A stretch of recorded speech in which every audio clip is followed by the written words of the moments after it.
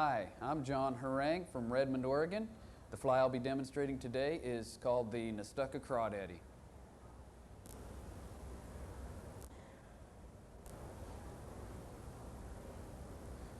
This is a standard salmon steelhead hook, size 4. I'm using orange thread. My thread of choice is called Benici. It's a 12-aught thread. And when I'm tying salmon and steelhead flies, having the thread flat is very important. So every time you make a turn with your bobbin, you're putting a little bit of twist into your thread. And so periodically you might see me counter twist the bobbin and run my thumbnail across it to flatten it out. So the first thing I'm going to do is tie in some oval silver tinsel, a size small. And you'll note the way I tie that in, you just take and loop it around your thread, slide it up, and then tie it directly underneath the hook. And then I'm going to wrap this down directly underneath the hook. And I want to take about half a dozen turns, and I want my butt hackle to start directly above the point. So this just puts a little flash of color at the very bend of the hook, and gives hopefully puts a little light back there on the subject. A little spot of flash. 4, 5, and 6. And then I'll try to tie everything off directly underneath the hook and tie it on as well. And then I wrap forward a little bit and secure that. And then I'll just clip this off.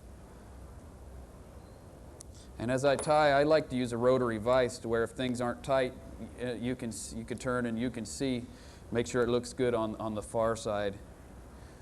So the next thing I'll do, I'm going to show you, this is a golden pheasant skin, and the feathers that we use for this fly are on the breast, and they have a beautiful red glow in the water, very underutilized by most tyers today.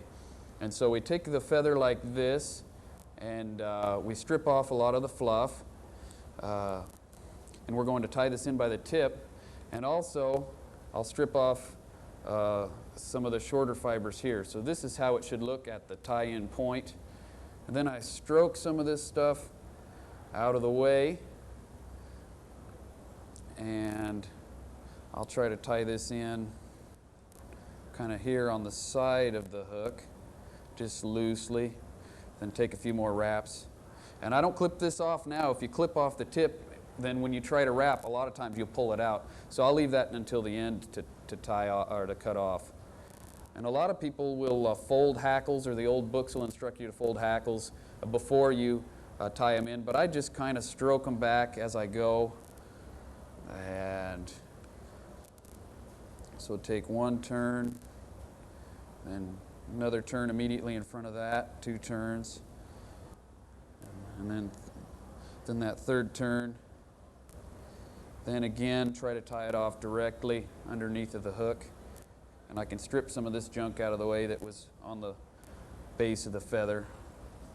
So what I'll do at this point then is cut this stuff off and cut this off as well. And now what I'm going to use is a product called Light Bright. Copper Pearl is the color we'll be using for this pattern. Incidentally, as an aside, this stuff works fantastic for bodies. Angel hair, which is a very similar material, is superior for tailing and winging in that sort of thing. It's harder to find, but it's a much more durable product.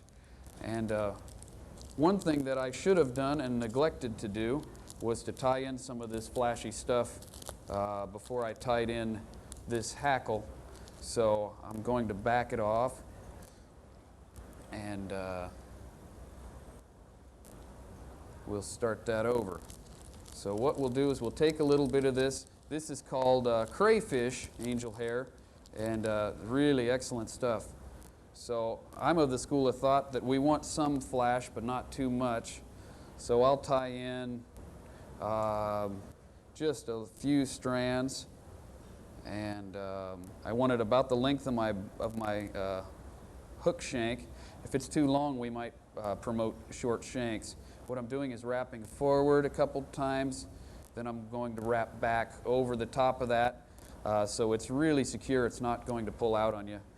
And then I'll take that and I'll clip them all about the same length, and then I'll save this in a set of hackle pliers for a future fly. So now probably the best thing to do is to start over with another golden pheasant breast feather. We could possibly salvage the other one, but sometimes it can be a little bit of work.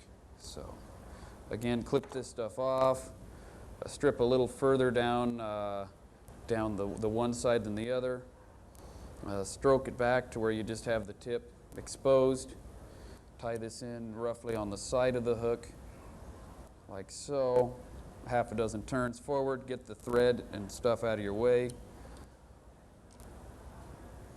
Grab onto the butt of the feather with hackle pliers. Take, and again, right above the point of the hook, 1 turn, 2 turns, and then 3. Then I'll back some of this off, tie it off directly underneath,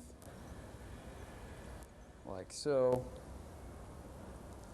Then we can take and in one shot clip all this material off. So the stuff for the body is light bright copper pearl. It's got blue and copper overtones to it, and I just pull some out of the bag like you saw and get it in my hands like this.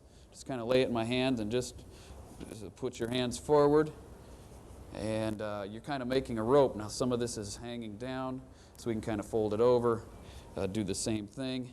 And then you'll notice this has kind of somewhat of a natural taper to it, so I'll tie it in by this end. It's a little bit skinnier. And I'll just kind of trap it loosely, and I trapped it on top of the hook, but I'll slide it back underneath this way. And then what I will do is put it up right next to my thread, put my hackle pliers both around this dubbing and the thread, and just kind of spin it in a motion like that. And I'll take 1 turn back toward the butt, and then I'll be working my way forward.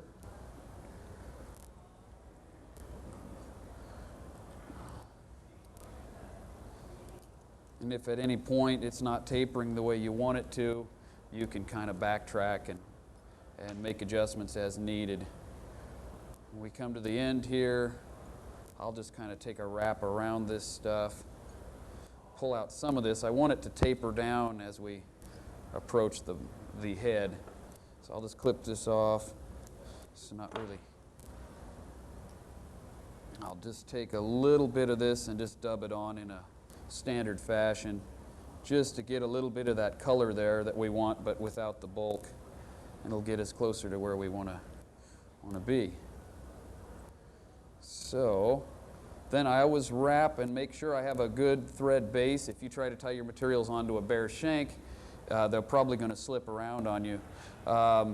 So this next material is I'm going to show you is just from a ringneck pheasant rump. It's a common material, but it has really good properties in the water for flies with a lot of movement. What I set out to do in designing this fly was to create something that had elements and colorations of a shrimp, a crawdad, sand shrimp, favorite foods that we know steelhead like to eat. And so what I did on this feather, similar to the other one, is strip off the fluff. You notice the stem gets really thick and pithy down here, so we'll just get some of this out of the way and tie it in here on the side again. What I should do before I do that is backtrack a little. Typically I'll kind of brush this out. This is a bore cleaner for a 22 rifle, and you just kind of go over this. I want some of this stuff sticking out. What I kind of like is elements of flash and color kind of layered beneath more natural looking colors and intermixed with them. I think too much flash, less is more, I guess I would say. I like durable flies and flies that are simple to construct for fishing purposes, and flies that have motion and color. And so I'm taking, again, notice I leave the tip in so it won't pull out on me. Take one turn, and then another turn in front, and then yet one more turn, and then we'll tie this off underneath like so. And you might have noticed I kind of wiggle my thread up through. I'm holding the stem of this feather pointed right at me and kind of wiggling my thread through at a right angle, and tie that off with several turns of thread. Then we'll sneak in here and clip some of this off, trying not to cut our thread. And with one more shot, we'll clip this off. We got one more little guy here. And then if you have any extra random bits and pieces that are hard to get at with the scissors, I use a cauterizing tool, and they're supposed to be disposable, but you'll find if you cut them open, you can pop in new batteries. And I've had this for probably 10 years. And but you need to be careful that we don't catch our fly on fire or cut our thread and things of that nature. So now we kind of sweep this back, and don't be afraid to manhandle it. Really pinch it into shape, and what you get is kind of a long, flowing, spay-like, shrimp-like thing with the natural colors, but yet with some flash and things that would attract the fish. So notice I try to smooth out my thread. Then I'm going to do a half hitch, whip finish, a couple of them. 3 to 4 turns on that. If you take too many revolutions, it seems that the thread binds on itself, and it'll break in the midst of the knot. Then you've got to kind of backtrack and redo it. So we'll do that. And there it broke just like that. We'll take take this guy and where the thread frayed a little bit, and that. And then if you want, I use a little kid's toothbrush. It's really nice for making these hackles look the way they should. And so what you have is really a good fishing fly. So here is the finished Nestucca Crawdaddy. I'll show you briefly what this fly looks like on a different hook. This is a slightly bigger hook, but it's a completely different model. This is the Bob Vaverka. It's a real light wire hook, and it has a different sleeker look to it. Notice the eye juts up at less of an angle. Here's what it would look like on yet a smaller hook. This is actually a hook used for egg patterns, and I use it on the back of a tube fly. So you can see how the different hook styles change the fly. And then here's one I dressed on a tube, and this is a beautiful fly for a tube because it's tied in the round, so to speak. So it doesn't matter which way it spins, you get the same look in the water. So now I'm going to tie the black version of this fly, and we'll start out with black thread. Start at the front. I want to be wrapping over thread at all times, not over bare shank, so the materials don't slip around. Get about halfway down the shank. I'll tie in some of this tinsel. Again, it's easier to see how the thread is behaving with this black thread. So I'll take this right up next to the thread, loop it around, just walk it up, and then work my way down the shank. I'm holding it kind of out and away from me. And so I want to start wrapping part way between the barb and the point on this tinsel, and I usually like about half a dozen turns. And again, flat thread, your tinsel will lay better, and everything will lay better if you have flat thread. There's a few little frayed threads sticking out, so I'll try to get in there and knock those down. So what I'll do is grab this with hackle pliers. And try to make sure this is flat too. It'll twist on you just like tying thread. And put them just tight next to each other. 3, 4, 5, 6. Then I backtrack a little, try to tie it off directly underneath. 2, 3, 4. Just work forward a little bit. If you tie everything off just right there, then you'll have a lump, your hackle won't sit right, etc. Get this stuff out of my way. Then I'll just sneak in here and cut both of these off. And I'm twisting my thread periodically and running my fingernail down it to keep it flat. And so as we get back to the back, we'll tie in some of this. This is red angel hair, and this would be the crayfish that I used on the last pattern. And it's got a holographic effect to it, so even under low light conditions, it's really good stuff. So we'll just pluck out a little bit of this material. That's probably too much, actually. So I'll strip some of that away. And it doesn't matter if it's all kind of hanging loose wildly back there. At the end, we'll go through and clip it all up. So we'll just tie some in, and we'll clip the whole works off when it gets to be about the length of the body. Tie that in kind of soft like that.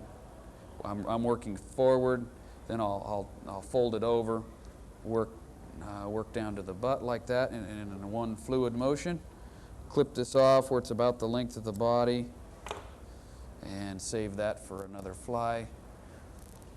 This one will be for the butt hackle instead of the golden pheasant.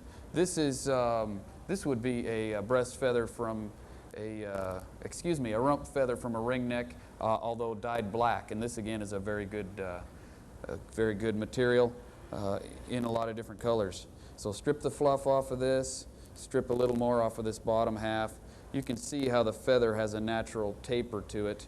When it starts tapering down to the small side, we'll strip that off.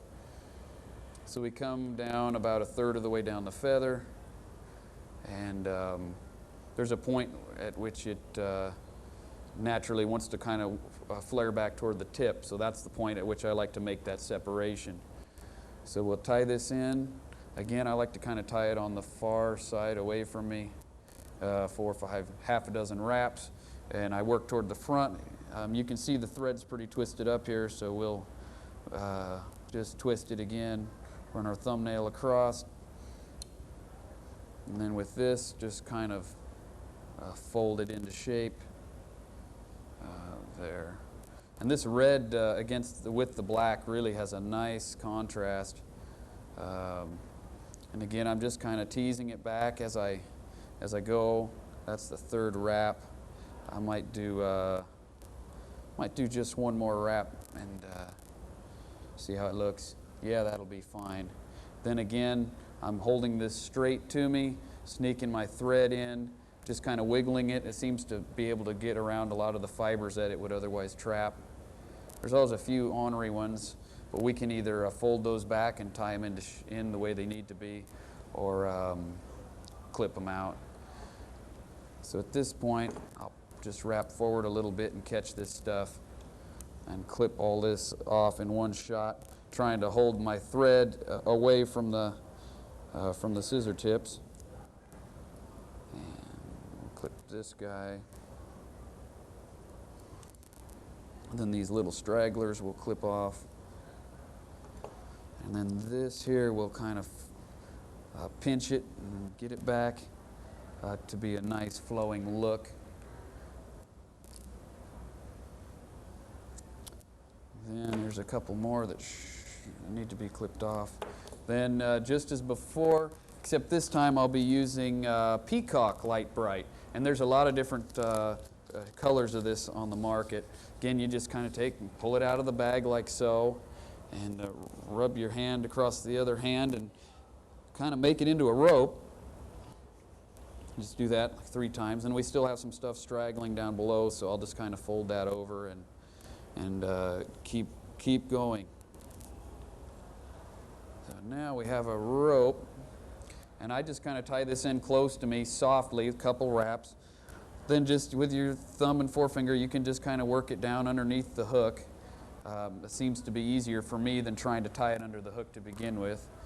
Just tie it in where it's easy, and then reposition it down where you want it, and pull it tight. And clamp the hackle pliers around both fore and aft, and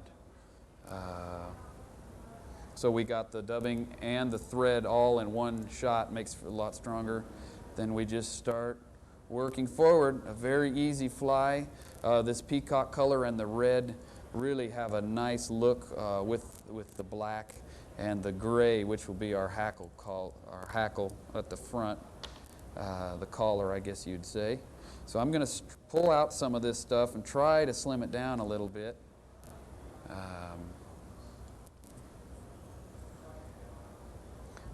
Because I want it to taper down to the head. If it doesn't taper and you have a big lump there, it's going to make for troubles as you try to set wings. And good rule of thumb, anytime you're tying fancy steelhead, salmon flies, etc., hair wings, just tapering it down to almost nothing by the eye is really the thing to do. So I wrap forward and back so I have a good secure base for whatever material I'll be tying in. Again, I'll use this from the 22 and just kind of go around it and rough it up a little bit to where you've got some things sticking out, catching the light, maybe giving you a little movement. Then this is from this feather I'm going to show you is from a blue-eared pheasant, and it's got a nice quality to it. You're looking for things that have a lot of movement in the water, and this black on gray, again, you've got elements of color, but yet it's got a kind of a natural look to it as well. Steelhead love to eat baby lamprey eels and things of that nature. So this color scheme also at some level may attract them. So I wrap forward up to the eye with several turns, leave this on so that the feather doesn't pull out, and just kind of pull it out away perpendicular to the shank, and just kind of tease it back just a little in a long flowing manner. And yep, the stems of these are a little bit thin sometimes. So what we'll do is we'll kind of back this off, and we'll just leave it like this. And what a guy can do here, and this works for dry fly hackles or anything, if you clip it like that and leave a little bit of that material remaining, then the thread will bind onto that, bite into it, and it'll help it from coming loose. So I'll tie this in on the far side of the shank again, slightly underneath. And then we'll try it again. So just kind of stroke it back. And I just kind of stroke it back and try to hold it as I go. So there's one turn, and then another turn. And then actually what I should do is backtrack, and I'm going to strip off some of this stuff on the underside so that my last turn then would be only this material here. It tends to make your collars, throat hackles, etc., lay a lot more nicely, and we don't want it to be too dense of a hackle, or it won't have that motion that we are after. So again, you get it where you want it. I'm holding it straight to me, kind of trying to wiggle my thread up through. Kind of take some medium soft loops. Then you can kind of pull on it a little bit, make sure it's really secure. Stroke this stuff out of the way, take a couple more turns. And again, this is a Benici 12-aught. And I'll take and clip this off. Clip this off too. Then we'll unwind our thread as we prepare for the whip finish. This is sticking out a little more than I'd like, but you can see how the slightest current really would make it dance, and you've got those elements of color underneath that kind of come through. So I'm going to move all this stuff back, push it down hard with my thumb and forefinger all the way around. Then we'll go through with a toothbrush and kind of bring it back to life, so to speak. And so it's got that flowing look. I always like the flies that look like they're in the water when they're really not. That to me is a sign of a well-tied fly.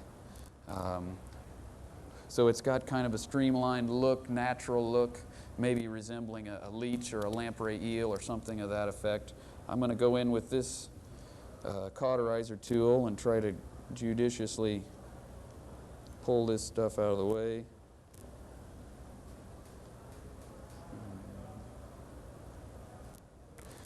Incidentally, it's a lot better to do this before you put on your head cement. It can make some nasty fumes if you get that head cement too close to the flame. So we'll take a couple turns with this first whip finish. I just did 3 loops. Sometimes it'll bunch up on you like that. Well, again, make sure this is just a little bit flatter. Take a couple more wraps. I want to cover up the butts of that material that I tied off. 1, 2, 3. Then I hold it in place with my finger to keep it from moving around and wiggle it back and forth to make sure it seats right. A lot of times you can go in with your thumbnail and get out any lumps and bumps and try to look at it from all angles and make sure it's satisfactory. And then we'll just put one last whip finish on this for good measure. 2, 3, and you can use a tool or you can use your fingers, doesn't much matter. And wiggle it real good. And then instead of cutting it, a lot of times you just get a good sharp pair of scissors and just sneak up in there, hold it taut, and sneak up in there and just kind of shave it off like that. And it seems to cut nicely. And although I did have one little straggler here, and if you hold it tight, then it seems to shave it off and retract just a little bit, and except for this time, but that's all right. A little bit of whip, a little bit of head cement, and we will have it. So we'll just try to get the tag into this, and here you have the gray and black version of the stuck a crawdaddy. And again, here's one I tied on a different style of a hook, very similar in length, but it's got a down eye. And you can see this one has a guinea collar. That can be a handsome addition, either a natural guinea or a red dyed or any color you like. With guinea, though, again, less is more. This black and white is really visible from a remarkable distance in the water. As I look at some of the fancy flies that I tie and fish, when I see them out there in the water, that guinea is what jumps out. So in higher water conditions, though, that would be an excellent choice. And then here's one again on one of those Bava Verka low water light wire hooks. And you can see how it also has a different profile to it as you change the hook style. So I would encourage you to try the same fly on different hook styles and until you find one that suits you.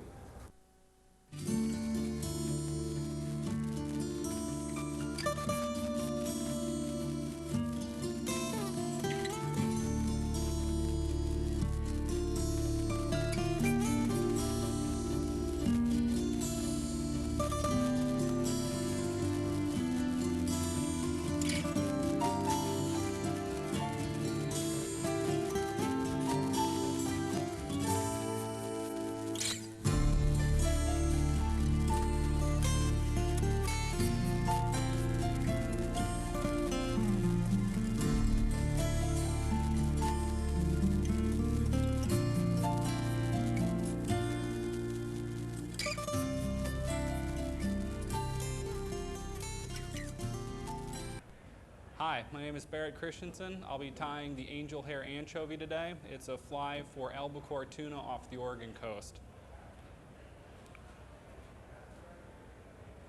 We start by taking some green angel hair.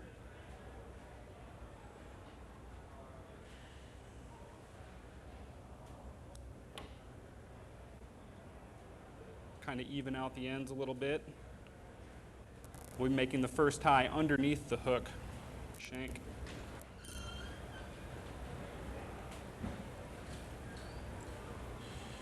Secure it with a few wraps.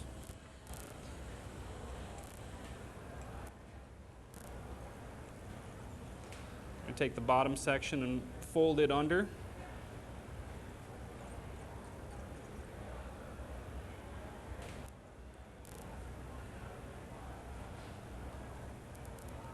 It's going to form the belly section of the fly. Next, I take the blue angel hair. I'll be making a gathering on top of the shank of the hook this time.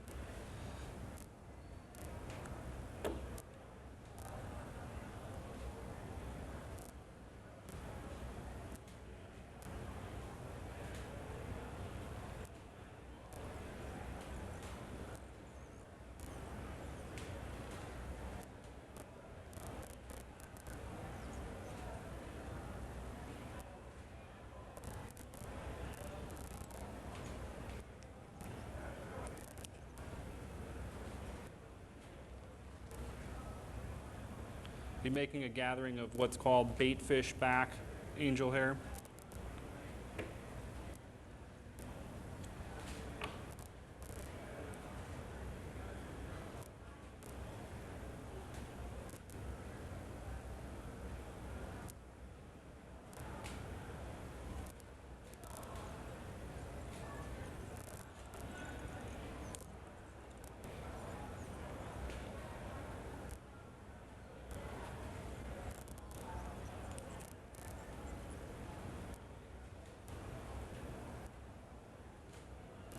So we'll kind of trim down the excess we have hanging off the back of the hook there.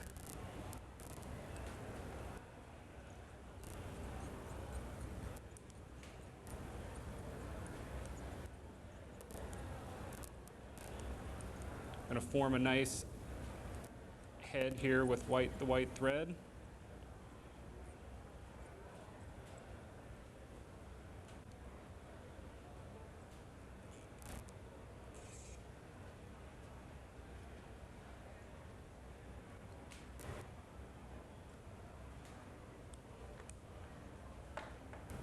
Next, we're going to apply the eyes, which is a epoxy prismatic eye.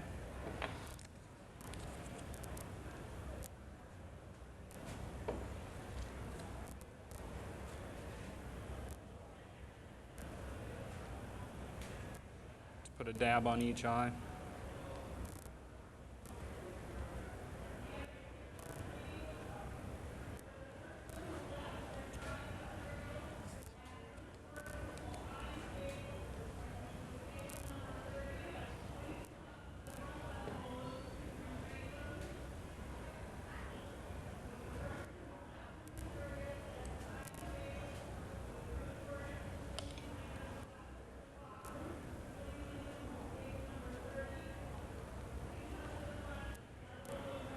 Kind of pinch the eyes to set them. There's your finished fly.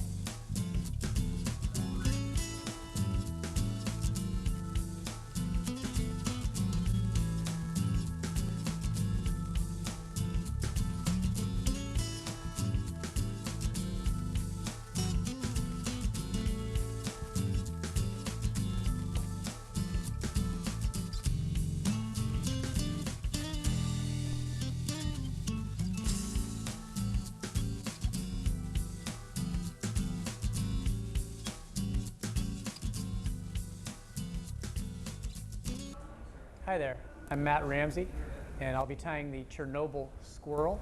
I'm from Eugene, Oregon, but where this fly is used is in the wilds of outer Mongolia for a giant trout species called the taimen.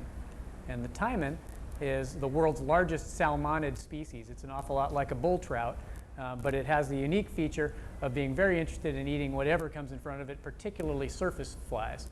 And this is a fly that is designed to be fished on the surface, like you would a steelhead fly, but also with some more like a bass fly action. And it throws a lot of water, and it makes a lot of commotion, and it throws a huge silhouette, which is what we're after. Now, this fly is tied on a Dairiki number 810, size 1/0. This hook is all business, a ring eye, and a straight, sharp point, and a heavy wire. I use black 3/0 thread, and I'll just lay down a foundation of thread here. Now, one of the biggest problems that we found when we started trying to tie this fly was that the long rabbit tail would wrap around the hook when it was being cast, particularly when it's full of water. And so we had to come up with a way of stiffening the base of the tail in order to keep it from being wrapped around the hook all the time. And what we found is the best way to do that is to take some heavy monofilament. In this case, this is my late father-in-law's 30-year-old 30-pound prime DuPont line. Don't know that I use it much for fishing, but it's perfect for this. And what we do is you just take and you double a little length of it, about a 3-inch length, and tie that in right on top of the hook shank, doubled, with the closed end of the loop out the back.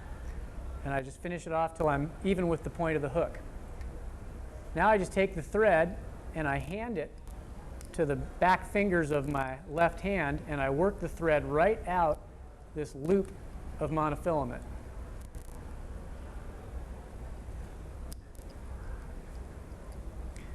And I go until I'm just about up to the closed end of the loop. You don't want to let go of the loop because all the thread will fall off and you'll have to do it again. And then I work it back down again.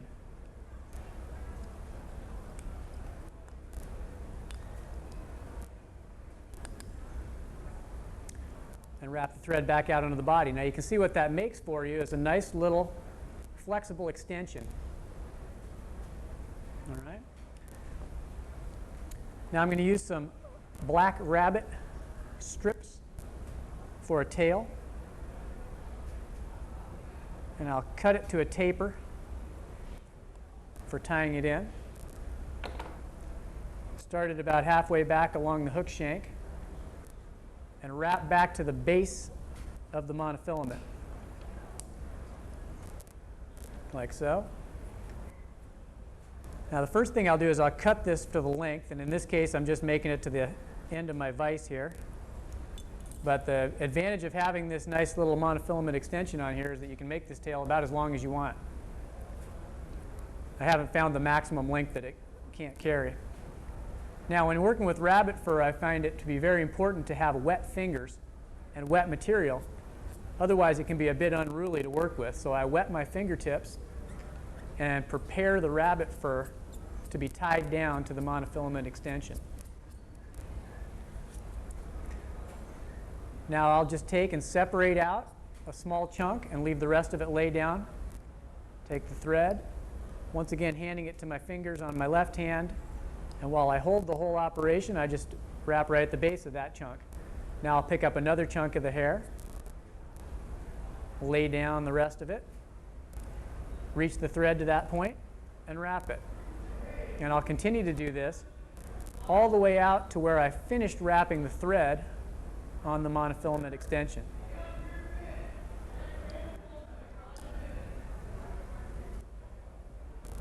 It will have a tendency to wrap the material around to the far side away from you as you do this, which is not really a problem when you're fishing for time and they don't seem to notice.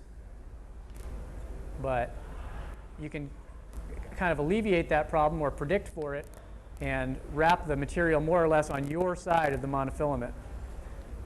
And so as I go back now, I again wrap in each of the same spots as I go. It's kind of like a matuka style of tying a rabbit strip down onto a fly, except in this case it's not on the hook shank, but on this monofilament extension. And when I get back all the way to the end, I wrap back onto the body. And now what I've done is I've tied that rabbit strip down to that monofilament loop, and you can see that it's got great stiffness, but it still maintains its flexibility. And I still get to use all this rabbit fur as part of the fly. So now, the next thing we're going to do is we're going to tie in some foam, and the foam is going to act as a flotation device on the fly, but it's also going to make a popper type face in the front of the fly at the end to throw a little bit of water. What I use is a cylinder of Rainey's popper foam. This is 1/4-inch black Rainey's brand popper foam. And I'll take and slice it in half using a box knife to create something like this. Okay? I'll take this half of a cylinder and trim it to prepare it for tying it in. I take the 2 edges off, and then I take a little bit more of the meat off of it like that. So you can see I've kind of cut it into a crude taper. From about the 2/3 position on the hook shank, I'll tie in the tip of that taper with the flat side up and the rounded side down. And I then tie back to the base of the tail and a little bit beyond. And then just crank that all nice and tight down. All right, now I'm going to forget about that for a little while here. And I'm going to tie in some rabbit fur for the body. This is the same rabbit fur I used for the tail. I'm using for the body as well.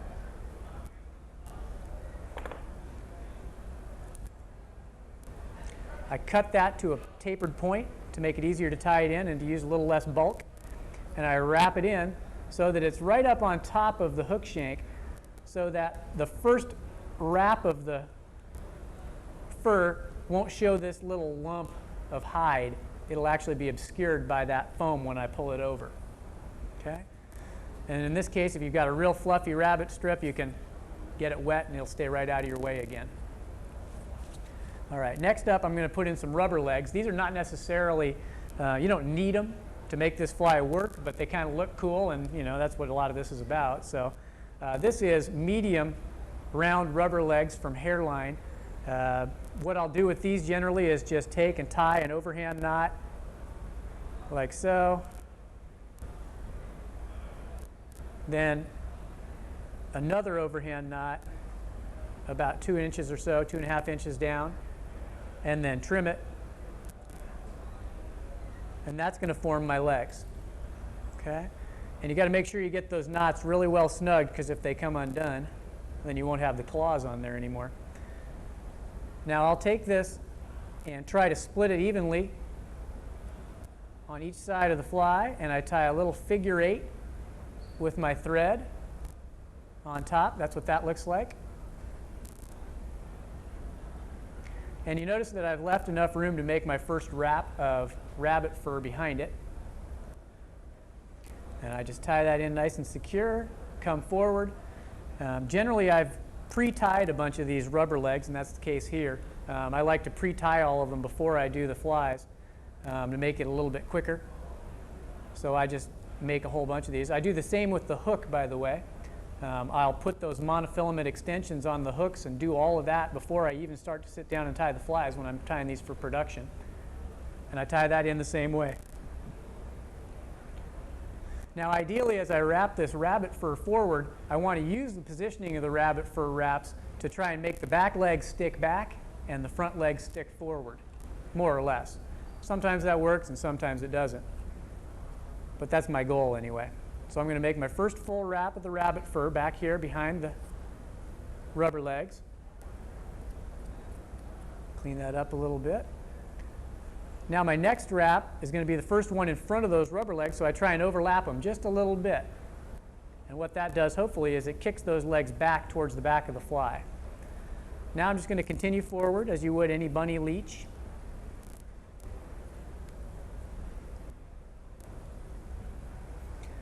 And this one's the tricky one, but if I can get a little bit of a wrap right behind them like that, without overlapping them too much, they'll stick forward.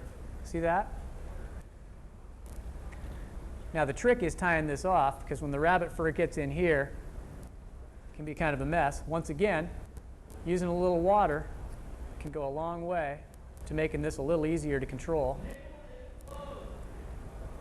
But I just wrap that right over the top there. Trying to keep everything out of my way. And luckily we're not tying a number 24 split wing Adams here, so we don't have to be too clean. Can make a mess of it. I think the messier the better, probably as far as timing are concerned anyway. And then I'll trim that rabbit fur off, and if I did it right, all the rubber legs are still there and the thread's still hanging on the fly, which is good. That's what we're after here. All right, ooh, nice messy head, I like that. All right, now I'm going to clean up that head a little bit and prepare for the final stages of the fly here. Once again, a little bit of water, and I get the hair on top wet. And now I just split it like Salvador Dali's mustache, or Raleigh Finger's mustache, depending on whether you're a baseball fan or an art fan. And when you've done that, that's what it looks like. Flat. All right. Clean up that head just a little bit more here. Got a nice chunk of rabbit sticking out there. There we go. All right. Now I simply take this foam, pull it forward, and I'll pull these legs back out of my way, position that right on top of the fly, make one loose wrap, and the second wrap I pull tight. Haven't broken the thread all day, but now that we're on film, I'll probably break the thread here. Tie that down nice and secure, forward to finish the head.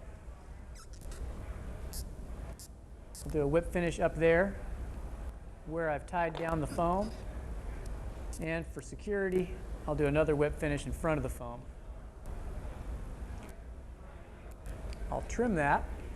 And now I'm going to trim this face so that it can achieve the popping effect that I want. What I do is I cut at an angle, about 45-degree angle there. I cut flat across, and I cut at another 45-degree angle. So I generally make a fairly uniform wedge there. Now, when I do this trimming, I'm going to come in right over the eye of the fly, and I'm going to dig my scissor points into the face of the popper foam so that I can dig out like so. Then I come in on one side and I trim up to the top and do the same thing on the other side. Then I just peel that piece back and give it one more snip. And out comes the core of that face, leaving a little concave in front. And I'm sure you can picture what that does on a big scale if you just go to your bathtub tonight and push with your hand over the water. You're going to see a little sheet of water that comes up out of your hand and makes a bubble and makes a big amount of noise and commotion. Well, so does this fly. The idea being, especially in taimen fishing, that even if your fish doesn't see your fly, if it hears it, it's probably going to come and investigate. Now I'm going to kind of get this thing prepared for its final application of juju here. So I'm getting the legs positioned where I want them. Pull those up and get all the rabbit fur down and clean straight down below. The legs actually ended up positioned pretty well on this one, but it doesn't really matter one way or the other because as long as they're on there, it's going to work fine. Now I'll grab these rubber legs by the knots and I yank on the loose portions, trim them even, and those make my claws. See that? Three-legged squirrel, or three-toed squirrel, I guess. Same thing there. I just get those all loose, and I'll trim them a little shorter, like so. All right. Final step here now is to apply some glue. I like this hardhead loon. It's got glitter in it, and it's got no volatile fumes, which is nice for my fresh baby and I when we're sitting in my fly tying room tying flies. But I'll just take a little of this with my fancy-dancy bodkin that used to be a paper clip, lay on a good, generous portion of that, pull that tail up, and I secure all of those thread wraps that I used to tie the rabbit to the monofilament extension with that glue. And you just go ahead and be nice and liberal with that. And then I'll spin this around and blob some onto the head here to hold all that in place.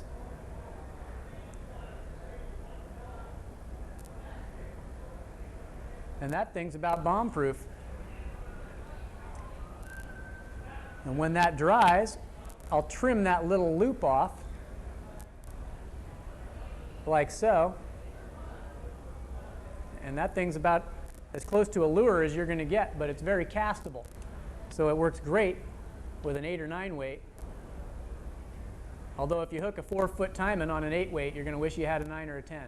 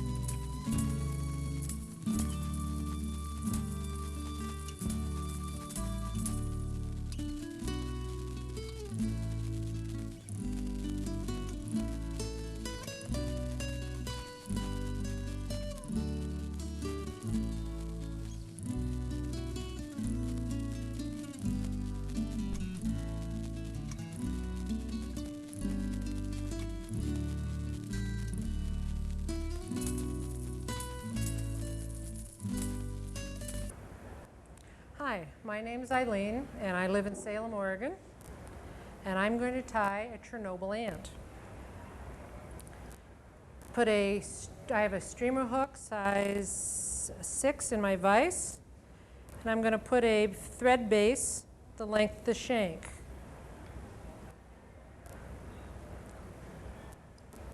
I then cut fun foam to the desired shape that I want, and it looks like that.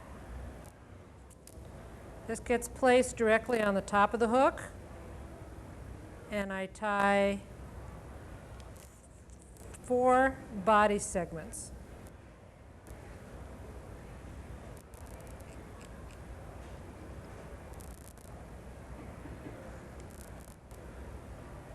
And you get, looks like a little caterpillar on top. Then in the front, I'm going to take orange round rubber for my legs. I'm going to do a figure 8 on top to anchor my leg.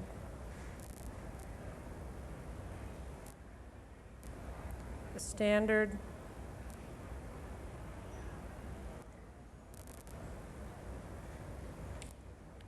I can tie a half hitch at this point and cut my thread. I'll then anchor my thread at the back section, and I'll tie in my back legs, which is black round rubber legs. The basic material for the fly is fun foam. It can be bought at any fly tying store, any crafts store, and it can be cut to any shape or size you need. And my legs are on top, and then I will trim them to length.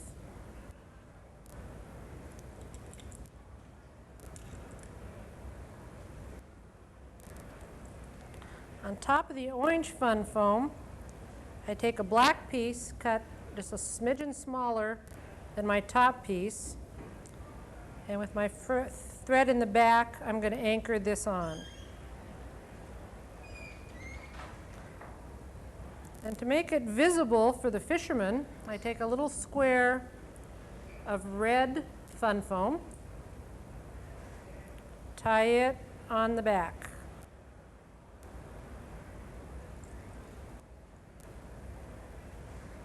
Do my half hitches.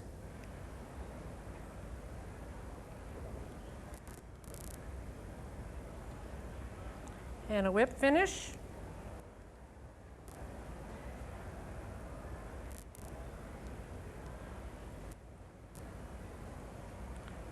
Anchor my thread in the front.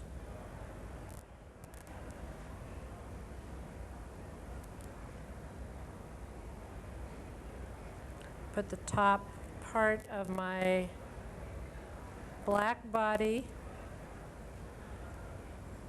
on the top. And in the front, I tie in a little yellow marker. The markers are so that the fisherman can see the fly.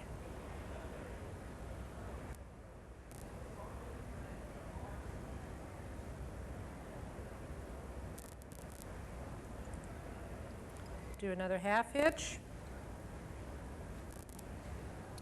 Whip finish.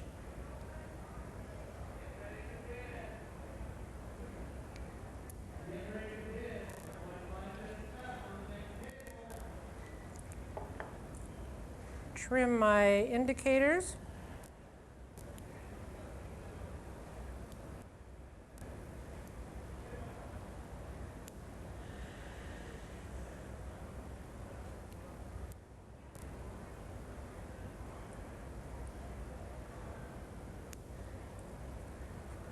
And I have a Chernobyl ant.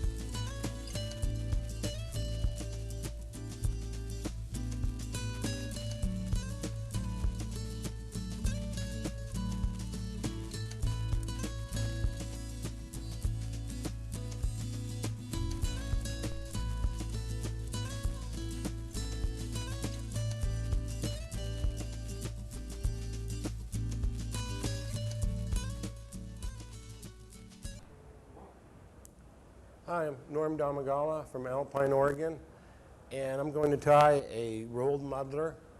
It's a real simple pattern that I use a lot for, it's a good silver salmon fly, it's a good river fly. It's all around good bait fish pattern, but I extensively use it up in BC on some of the Vancouver Island rivers, and it works real well.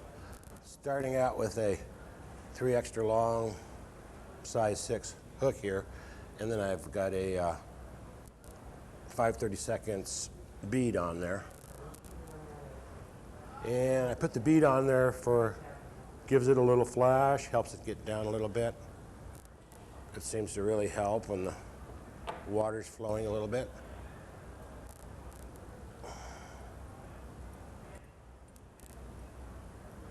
And this muddler is a little bit different than the typical muddler. I'm using just coastal deer hair for the tail.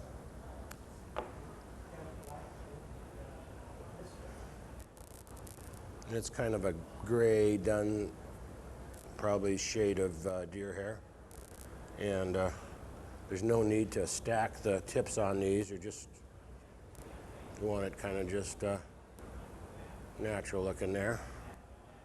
And I leave about maybe a third of the hook shank hanging out over the end. Not too large of a bunch of hair.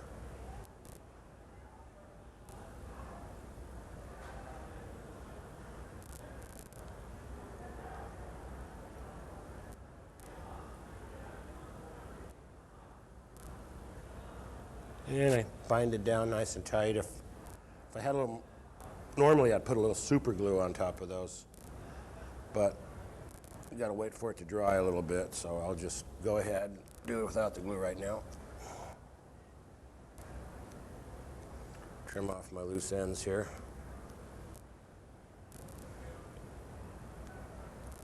And then I'm gonna use this UV flat braid for a ribbing, and also gonna pull back the access for just a little flash on the wing.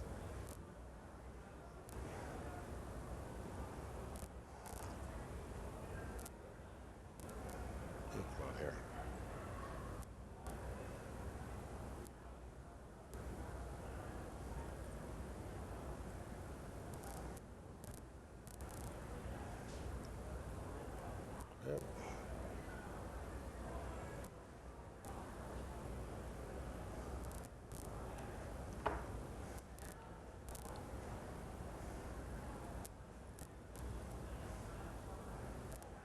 Again, I go back a little further to wrap a little further back on the tail and make sure it's bound in there tight. Kind of flatten out this body.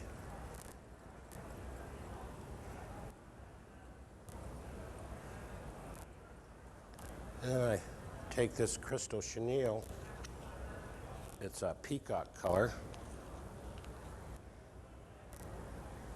Kind of nice. It adds some flash to the fly.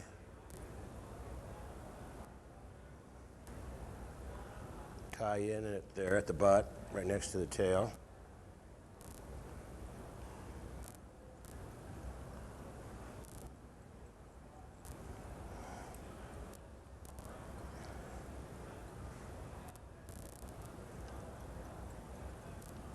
Then I'll wrap this in as the body.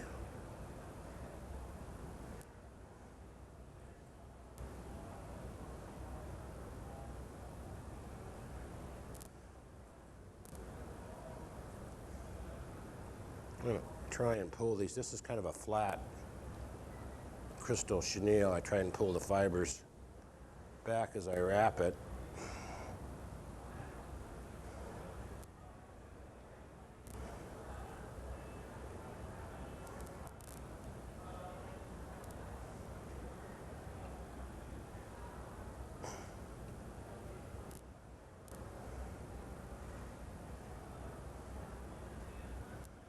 I build up the, which would be the thorax a little bit, so you kind of get it bulked up here about 3/4 of the way up the shank. Tie it off, and then I wrap my ribbing counterclockwise from the way that I wrap the chenille on there.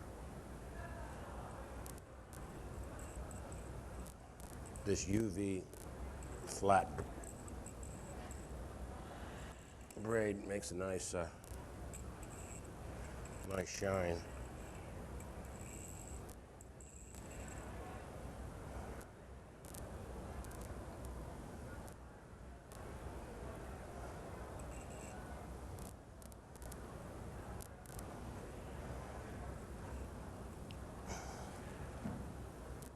And I leave a length of this left, it'll kind of come back and be some flash in the wing. About the length of the tail there. You take your scissors and kind of open up the braid on this.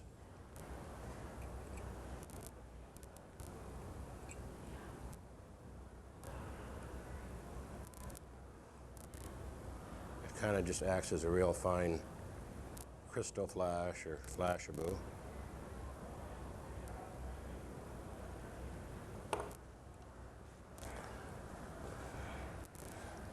Now I use the deer hair for the wing.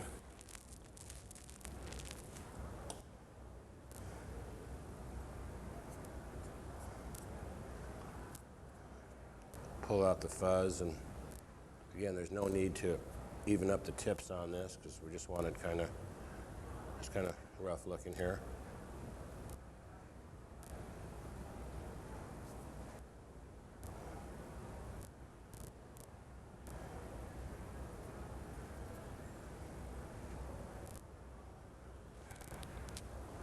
You don't want to use too much, we get too bulky there. Try and thin it out. Looks good. Pull that flat braid back and tie the deer hair wing down.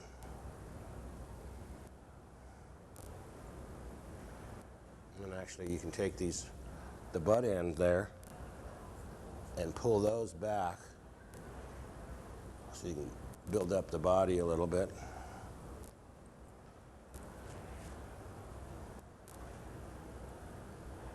So you don't have to cut them. If you use a length about, it's about 1.25 inches long. On a size 6, you get enough for the wing plus a little thorax built back. And then I build a head to the muddler head out of more deer hair. Pull out the fuzz. And try and even them up a bit.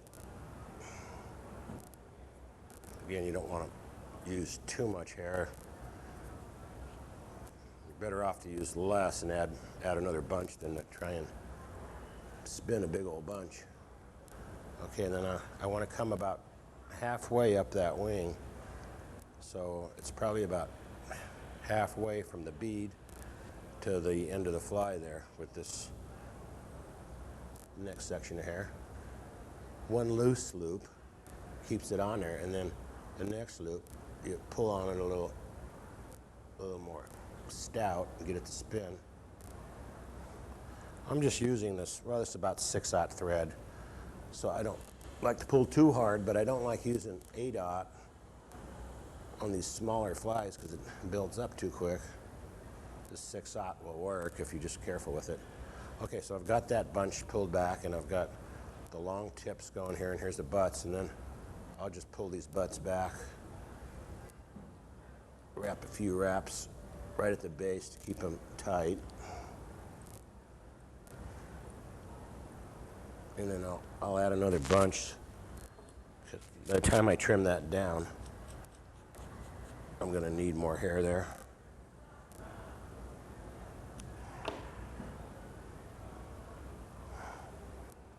And I can just start out even with a little smaller bunch this time.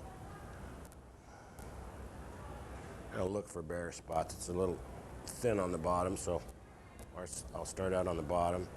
Same thing about halfway down the body with the tips.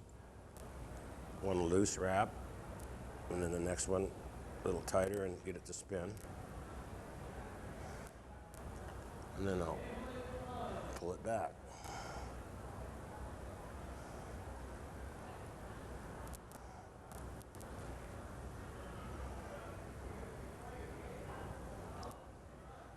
And add quite a bit of thread in there to build up between the hair and the bead head, so we get it in locked in tight against that bead head.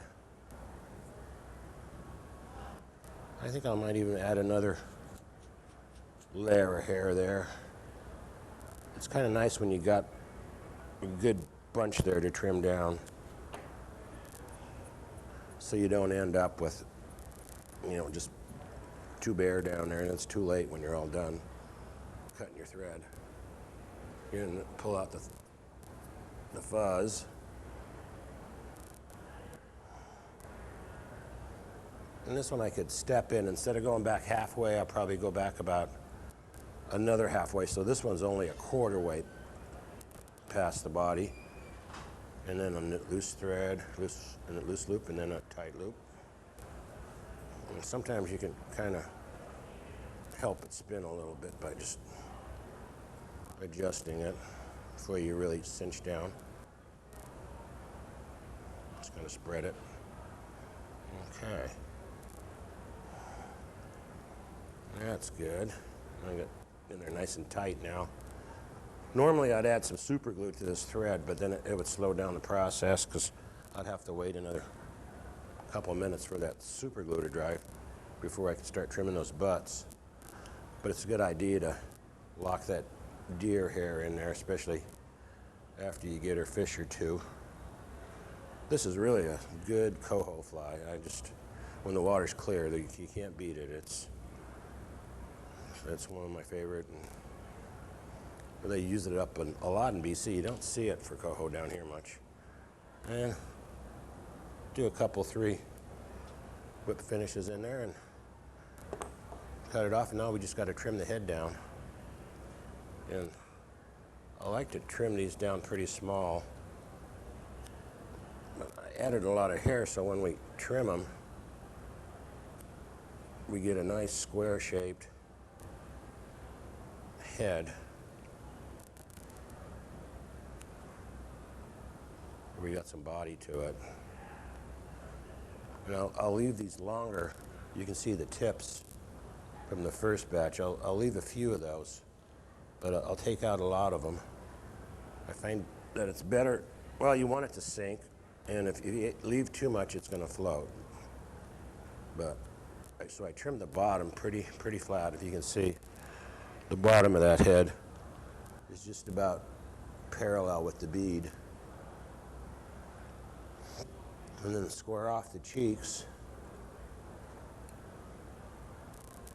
on both sides.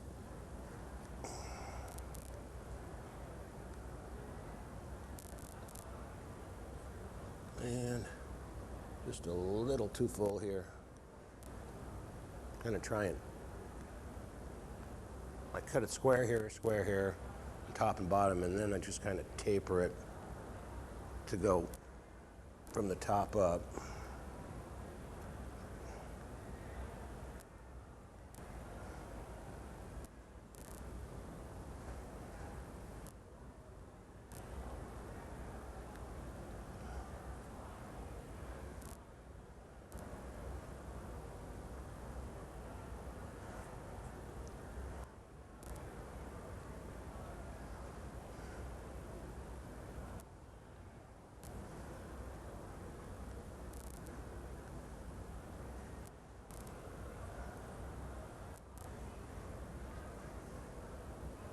Try to leave that bottom open so you can see that shine from the chenille and the ribbing. You don't want too much of that hair covering that. Yeah, that's it. And I fish this on a floating line. If the water, for fishing pulls for coho, maybe at a small tip of sink, maybe 5-foot section of lightweight sink tip.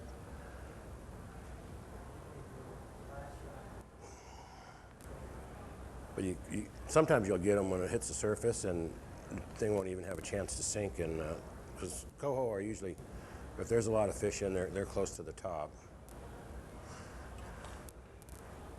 Yeah, that's it. Rolled muddler, kind of a different style, but this is Norm style. All right.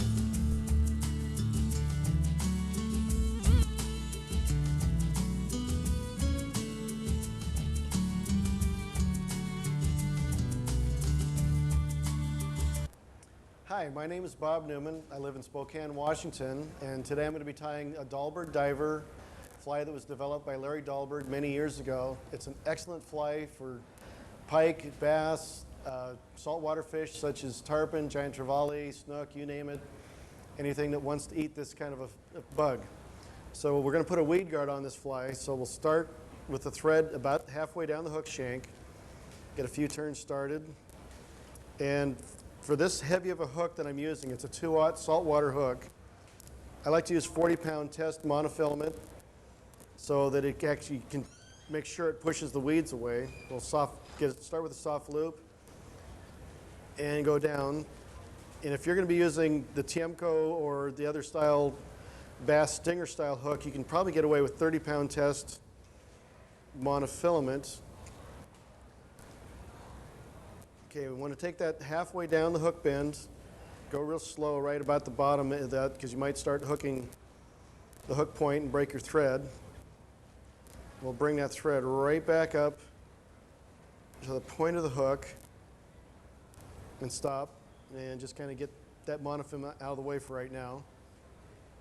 Okay, the tail on this fly, you can use rabbit strips, a lot of there are various other things, yak hair. I like marabou. It holds pretty well. It holds a shape a lot and actually is more durable than you'd think, even with pike and with those big teeth. So I'm going to take 3 plumes of marabou, get the tips pretty much even. They don't have to be perfect, and kind of get an idea of how long your fly is going to be. I'm going to cut the butts of that marabou off and just nice soft loop, and then tighten it down, firmly anchor this fly or the marabou to the hook shank.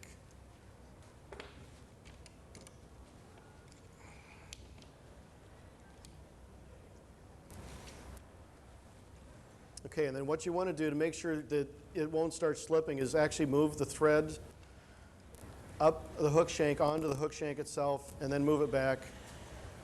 Okay, you can use a lot of different kinds of flash, flashaboo, crystal flash, anything you want. This is some holographic tinsel. I like it just because it's, even if it's not moving, it looks like it's doing something.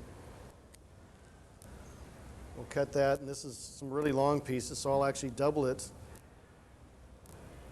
to start with. Cut that off, and then I'll take it about halfway down, get a hold of it, and with a couple of turns of thread, anchor it to my side of the hook, gather it up, move it to the other side so that you've got tinsel on both sides.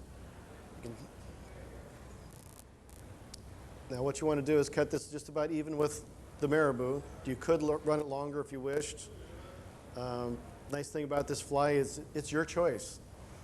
There's some rules, but not a lot.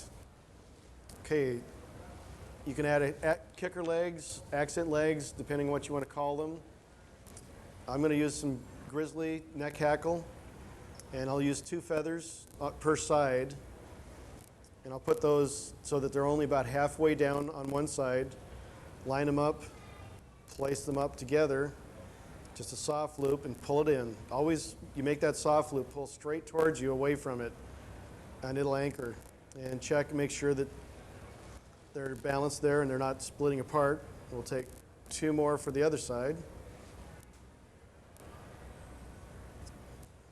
Measure them up, get the marabou out of the way so you can see the length. Tighten that down again. Adjust them if you need to right now, because once they get a few more turns of thread, they probably won't go very far. Okay, then we'll cut the butts out.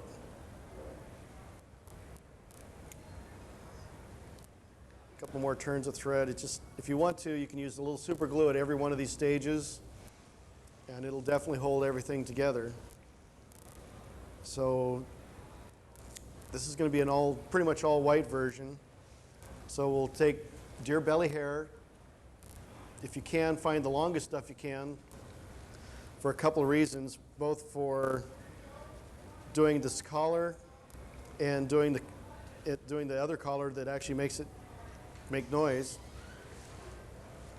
Cut the hair, stack it a little bit if it's fairly uneven.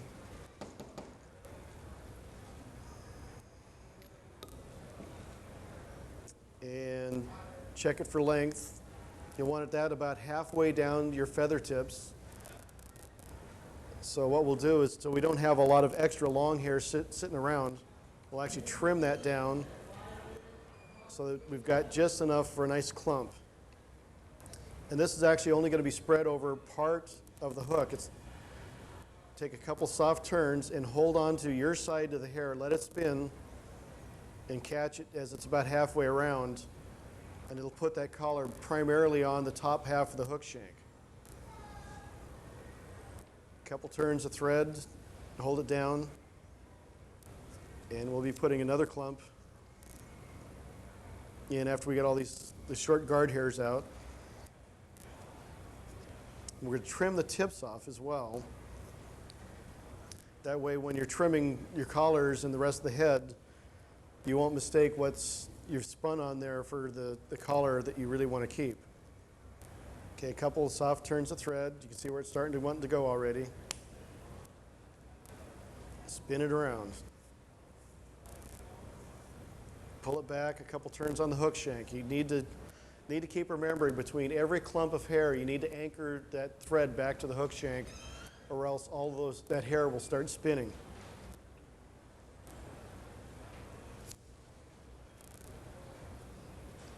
Okay, we'll use a little bit more to fill in here.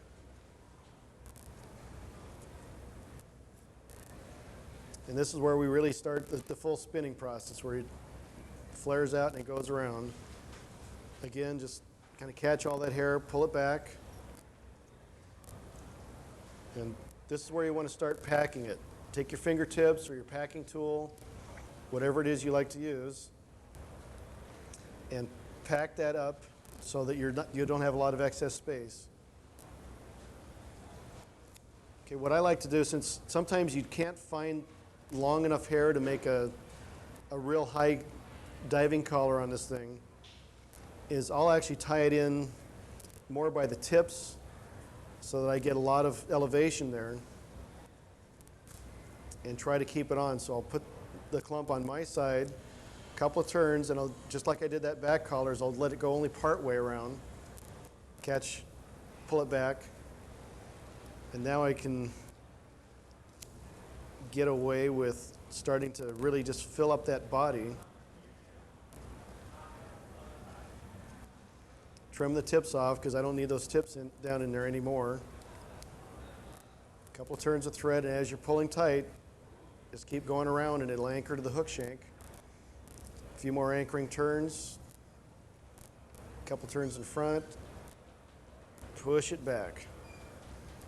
And we just keep doing that until we get it completely full.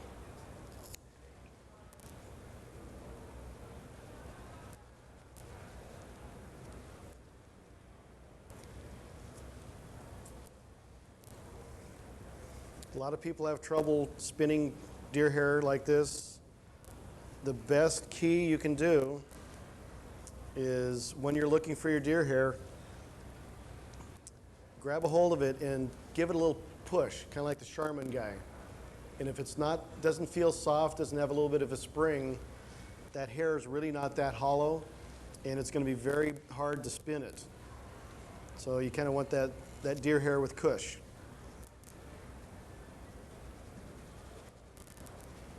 Clean it out again.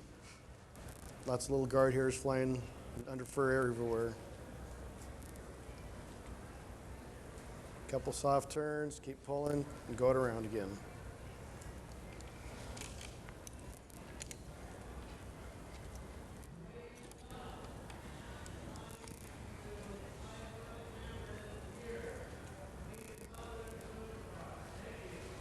Okay, I need a little bit more to finish it off.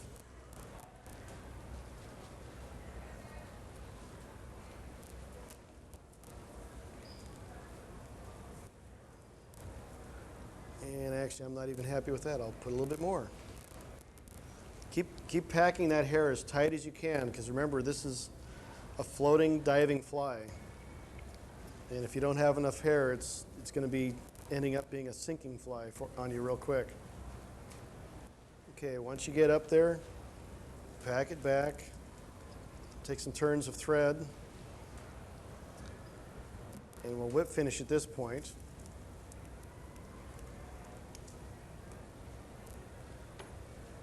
Cut the thread off, and this is where it actually, everybody thinks the deer hair is the hard part. Trimming the deer hair is the hardest part. So we'll pull the hair back up a little bit. If you're at home, live steam will really make this deer hair stick straight out again so that you can get a nice clean cut. I'm going to be using a double-edged razor blade to trim the bottom. And what you really want to do is line up the blade about 1/8 of an inch from the bottom of the fly and try to keep it parallel with the hook eye, and just a slow slice down. And a little extra trimming, and you can see where that produces a very, very flat cut. So now the bottom of our fly is pretty much taken care of. I'll put that blade down again. Turn the fly over, grab it by the hook. And what I like to do is I actually will balance the scissors on my fingers as well as the eye of the hook to get my angle that I want to go up. And so I'll go in, make some cuts, get it back about a little over halfway down the body.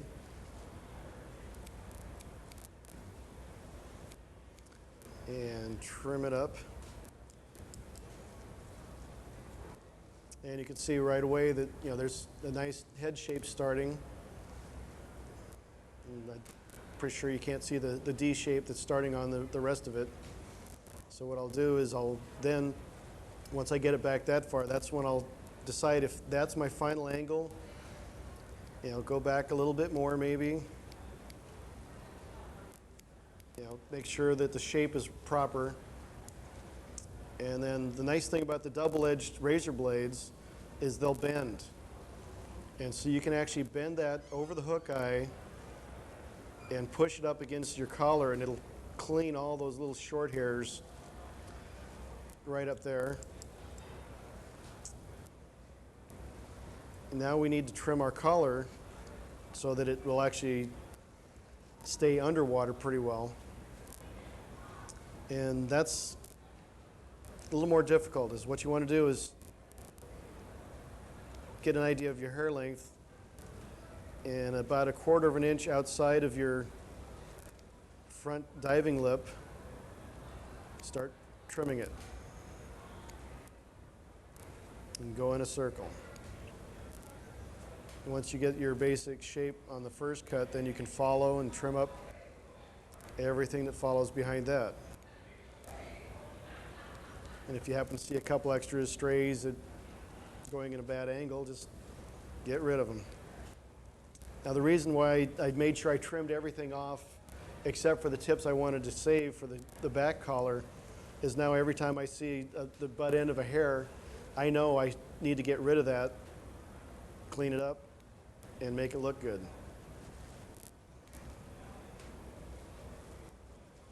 Okay, that's looking pretty good. A little bit off on one side. The problem with hair flies, spun hair flies, is you can cut too much, but you're never sure if it's enough until you finally stop. Okay, we'll put the rest of our weed guard on. So what you want to do, get a hold of the fly, get the marabou and everything out of the way, and take the monofilament and kind of bend it around the hook, because we need to put it back into the vise with the monofilament in the hook. Okay, that's in there. So what we'll do is we'll do kind of a quick sizing. That'll be enough to get away with. Start the thread again up at the eye of the hook. And the monofilament will go through the eye of the hook, and you can get an idea of how big you want your loop. Use your left hand, especially because you're going to be doing this later, and hold it back so that it's actually kind of forced back towards the back of the hook. And now we're going to actually use the thread to force that monofilament back over itself so it's pretty well locked in. And a quick whip finish.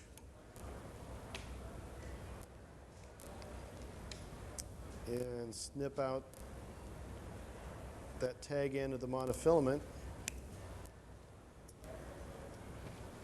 And of course, you always start seeing some of the other things you need to trim. So I say it's hard. Hair flies are hard because you keep trimming. And there you've got a real simple, straightforward Dahlberg diver. Works, like I said, almost anywhere, anytime. You can trim the head, slightly different shape, but you need that diving collar.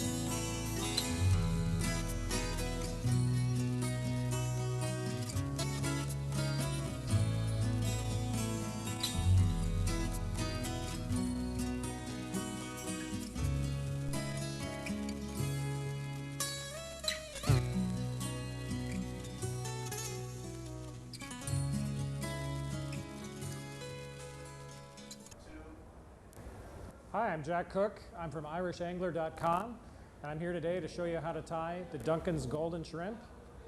I have to tell you that Duncan is my Irish family name, and that's where the name of this pattern comes from. Golden comes from the fact that we're going to tie most of it with a golden pheasant. And the fact that we're doing that means we can vary the color significantly by using dyed golden pheasant. So we're going to tie it in a natural way today, but if you prefer it in purple or fuchsia, just get some dye and dye yourself a skin and go crazy. Steelhead like it.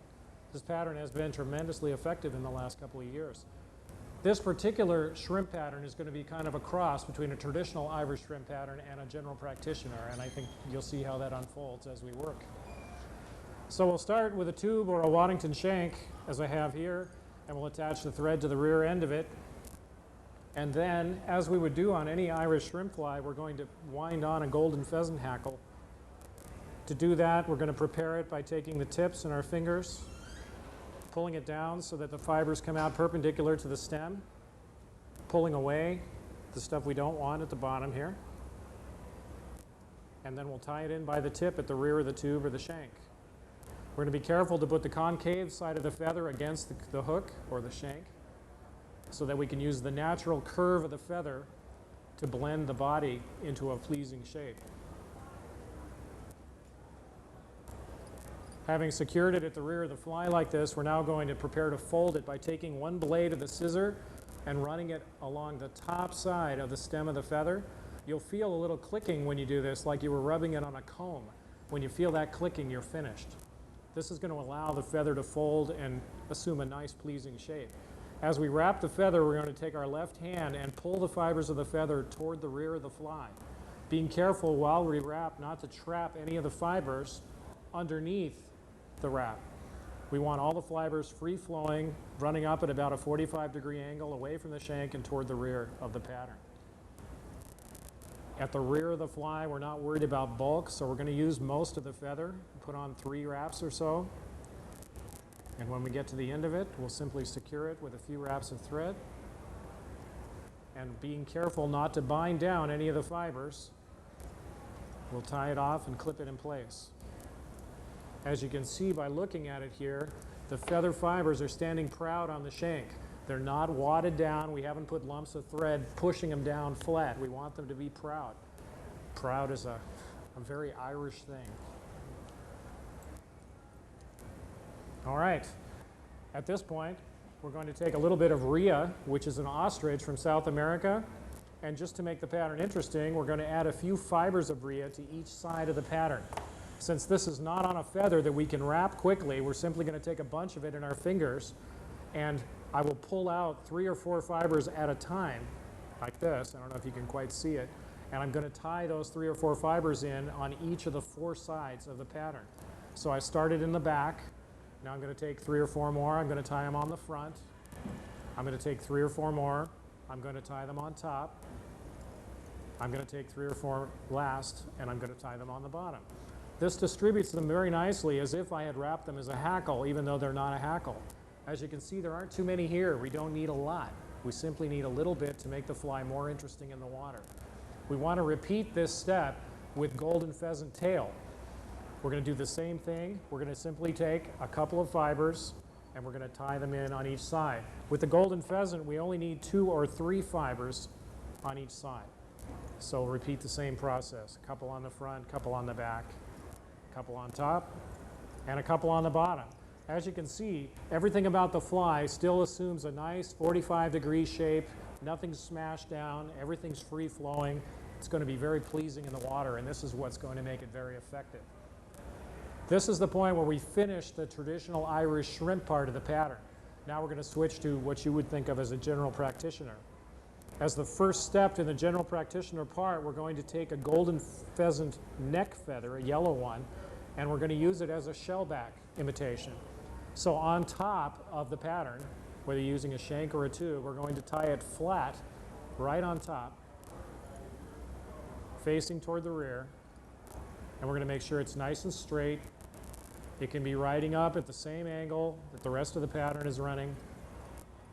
And this is going to be part of the hard shellback of a shrimp that we're trying to imitate here. We all admit that we don't have to imitate a shrimp to catch a steelhead, but it sure makes a much better looking fly. So that's what we're going to do. Having attached the shellback, we're going to take the body material. This is quite a unique body material called Glimmer Body. It's from steelheadanglers.com. You can pick it up at your local fly shop. It's actually a fabric chenille made with actual bits of copper in it in this one. Now you can use purple and other colors if you're doing other colors, but in the natural one, using the copper colored glimmer body will give you the most amazing iridescent pattern in sunlight that you've ever seen. And if you've ever seen a steelhead charge across a pool to grab your fly, you're going to enjoy it, I can assure you.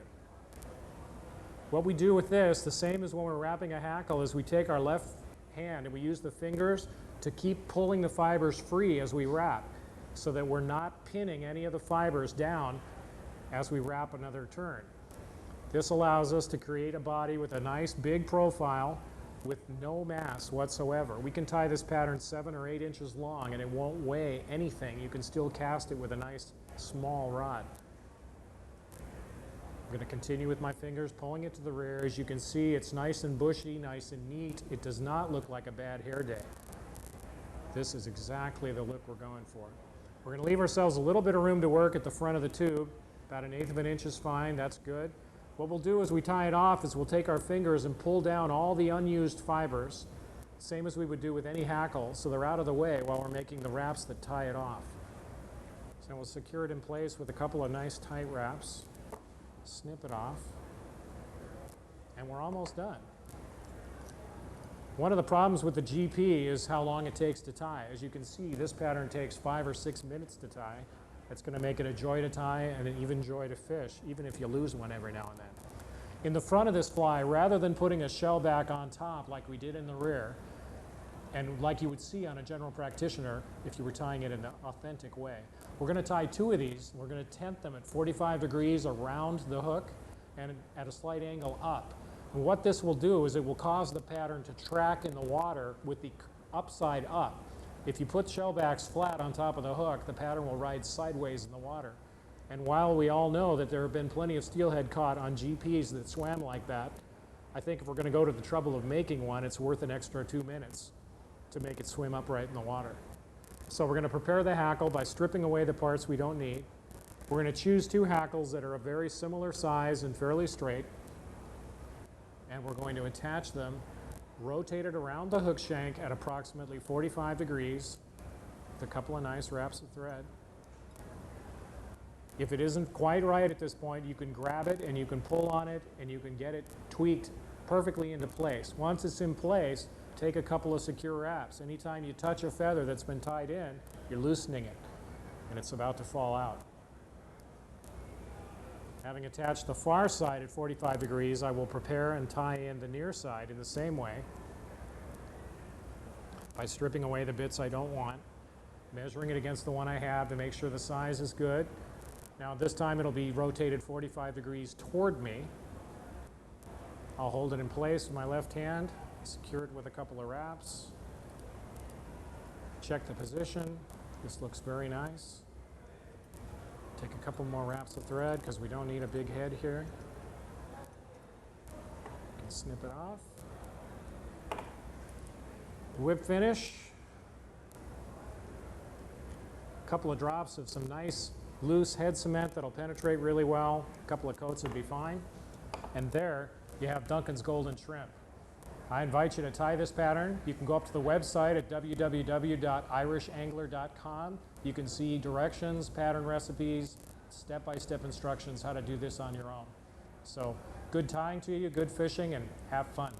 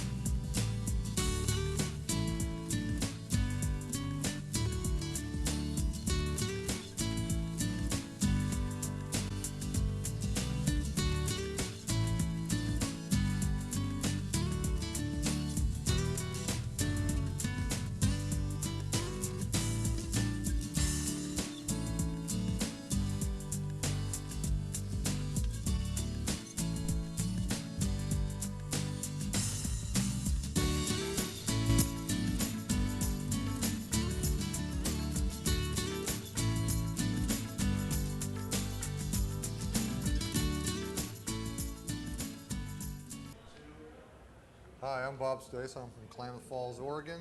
I've done a few of these tapes in the past, and today I'm going to show you what I call my black stripping nymph. I fish this on the Williamson River late in the fall when the fish are looking at some big drakes on the water. It's a very effective fly. I'm going to start off with a 1280, number 8 1280 Daiichi hook. What I'm going to do is use the number 8 black thread. I'm going to start it, and I'm going to start a base down here, because what I'm going to do is anchor in, cut this off, I'm going to anchor in some black hackle tip fibers for a tail. And I use probably about 10 to 15 fibers.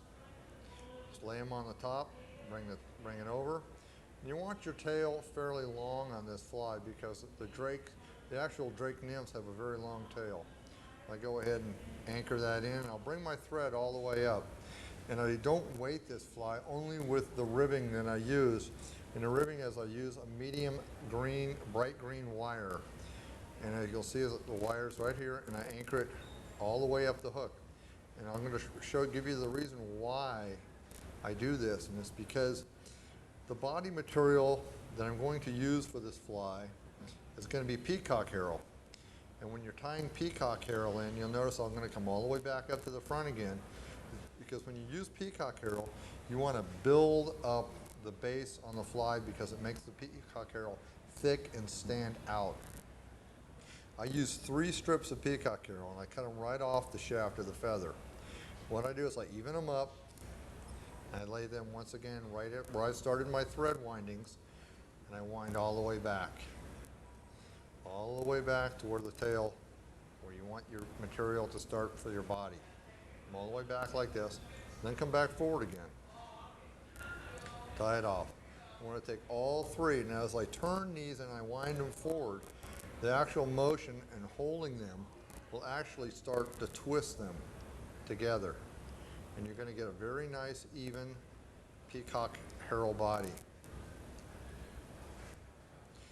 What we're doing is the peacock herring is actually a very effective fly. You've heard, people know the prince nymph. It has a peacock body, and it's a highly effective material for trout. And I just go ahead and tie this off, clip it out. Now what I'm going to do is I'm going to anchor all of this because of the trout's teeth with that bright green wire. This wire not only anchors it, but it adds a little shine through the iridescence for body segmentation. It's very important. And I just make about 3 wraps of this in the front, bring it up, and cut it off. I don't bother too much with tying it in because it's wire and it's anchored in. Now what I'm going to do now for the wing case of this drake is actually use a piece of body, it's called body stretch. It's black, it's a piece of latex, but this is actually too wide. So if you noticed, I've cut it in half.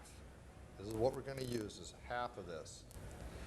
You don't have to use a strip, you can just leave this strip like the way it is.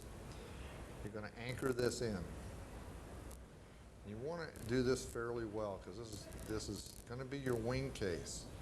You're going to bring it back. You want the wing case fairly long. As I'm bringing it back about 1/3 of the fly's body. Now, what we're going to do is we're going to tie in a thorax. The thorax is made out of spruce. It's a color spruce. It's a mixture between black and green, and it's antron. This is very durable. It's going to add a little shine and shimmer to the thorax. I go ahead and make a little twist on this, clip it, tie it in. And you can notice as I go to tie this in, I will take it and wrap it around my thread like this. And that anchors the thorax in. And you're just going to make a couple windings. And as you do, you just bring it forward. And as you bring it forward, it tapers it. It's going to give you a perfectly tapered head. We're going to leave the thorax in the back until we adhere the legs. I'm going to come up to the head like this. For the legs, very simple. It's the same as the tail material. It's black hackle tip. You take the same, about 10 fibers. I just pull them off, and as you pull them down off the fiber, off the shaft of the feather, they actually line up and gives you an equal length on the hackle tip fibers. And take it, and I'm going to lay them across the top like this, because you're going to want to V these as being legs out the side. I'm going to shorten this up so I can get a good grip on it, tie it across, make a couple turns, and you see how the hackle tips on the tapered thorax, they shoot out about a 45-degree angle. You take it, trim them off, there. You're going to repeat the same process from the other side of the feather, so you have the same length, just like that, in the same hackle tip fibers. And you take them, and you repeat the process, and you just do it on the near side of you. So you lay them up against the body, you hold them in place, come over the top, like that, make a couple windings, and now I've got the same 45-degree angle sticking out the other side. The fly is almost completed. This is a very simple fly to tie. And it's fish, you drift it, you cast it across the river, you let it drift, you let it come down the river, and you strip it like a little minnow, and that's why I call it the stripping nymph. And it's highly effective. You just let this thing drift across the river, little minnow-like strips, and these fish will just grab a hold of it like it's trying to get away from it. You pull the latex forward, you make it fairly tight. And on these wraps, you want to make sure that you have these tight, because once this latex slips, it's gone. You pull it back up, clip it off, hold everything back, and then you kind of finish your head, pull your head, wind it back. You can see how this is set up. And I'm just going to do a simple hand over whip finish like this, just a couple of turns like this. Bring it down, and pull it up, cut it off, and there's your fly. These are highly effective, they're very durable, and that's my black stripping nymph. Thank you very much.